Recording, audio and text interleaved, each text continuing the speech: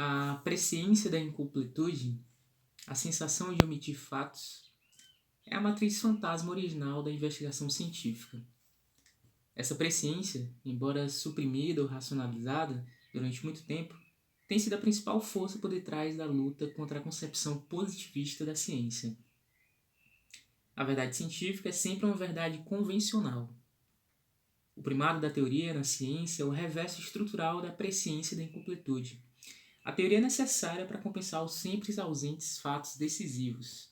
Em todo caso, o que interessa ressaltar aqui é que, tal como o texto autobiográfico, o texto científico é constituído por um conjunto de referências que são apresentadas em uma moldura específica, uma moldura científica, isto é, em termos da disposição ensaística própria da narrativa científica, e não nos termos de uma verdade ou falsidade não textuais. Nestes termos, é admissível encarar toda a ciência como ficção científica, ou melhor, como realidade ficção. Uma exploração adicional desse tópico conduziria provavelmente à conclusão de que a moldura específica do texto científico não é monolítica. Pelo contrário, a relação entre o ato de significação, o próprio texto, e o objeto de significação, memória, realidade, varia no interior dessa moldura. Os momentos de tensão entre ambos não se distribuem uniformemente ao longo da narrativa científica. Do mesmo modo, a distância entre o ficcional e o factual pode variar muito no mesmo texto. Gente, a dica de livro de hoje é O Direito dos Oprimidos, do sociólogo português Boaventura de Souza Santos. Eu sou Diego Miranda e estou muito feliz de ter vocês por aqui. Não esqueça de deixar aquele like que ajuda demais esse vídeo e o canal a ser impulsionado aqui na plataforma.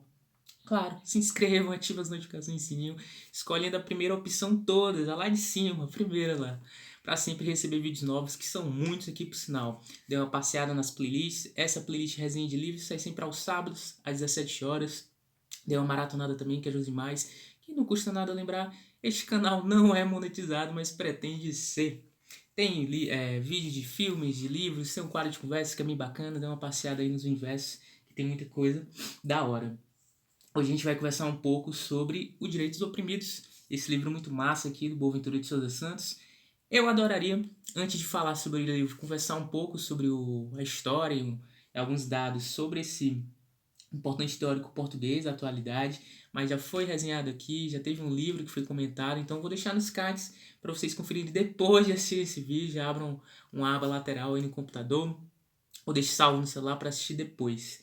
E o Boaventura caminha muito nos universos da sociologia, do direito, da filosofia também, e sempre um olhar crítico acerca do momento presente, acerca da sociedade, do universo do direito, da sociologia, da teoria do conhecimento também.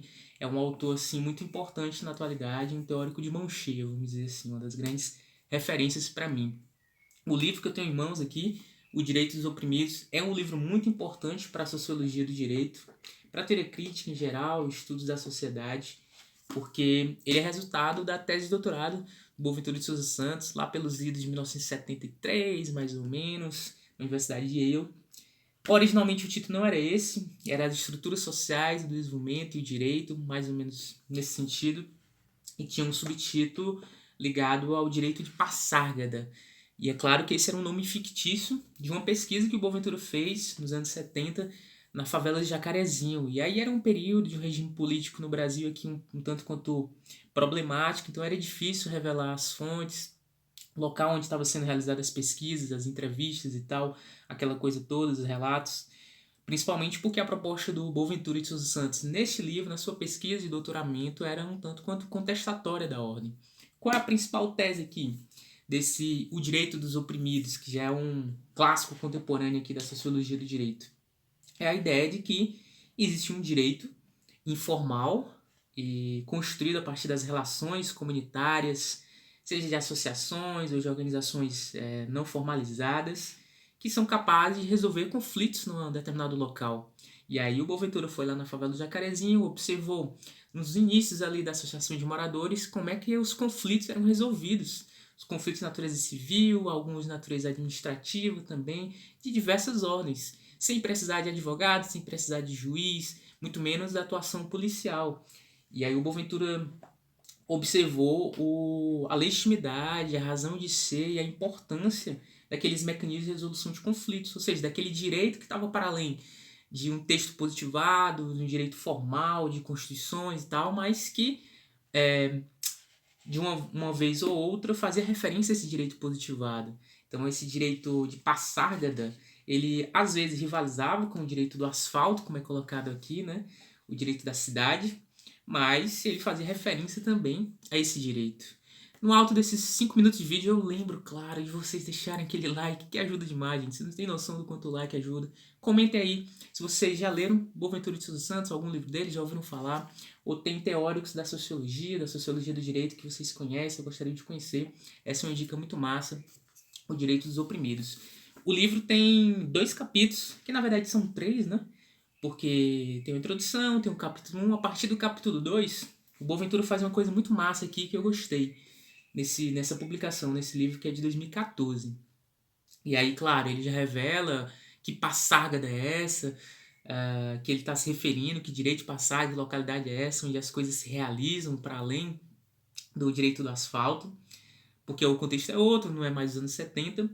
E a partir do capítulo 2, ele faz uma coisa muito massa, que é, em uma página, ele faz as referências acadêmicas, aquela coisa de citar autores e autoras importantes, o discurso, a retórica que é colocada, e em espelho, não sei se vocês conseguem ver aí, ao lado de cada página tem um relato do próprio Boaventura, daquilo que estava acontecendo no momento que ele estava pesquisando.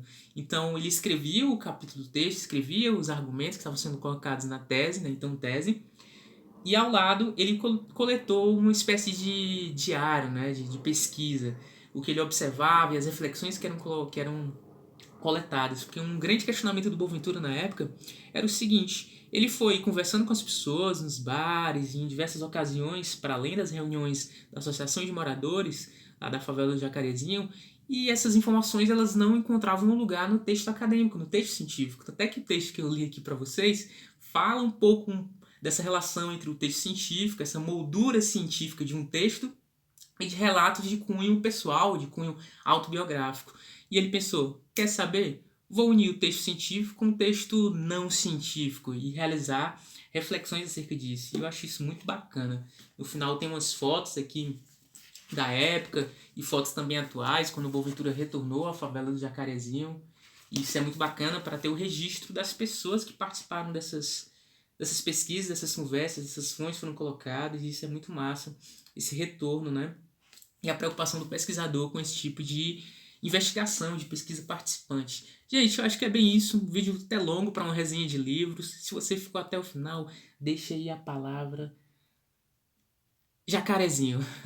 Valeu! Se inscrevam, viu?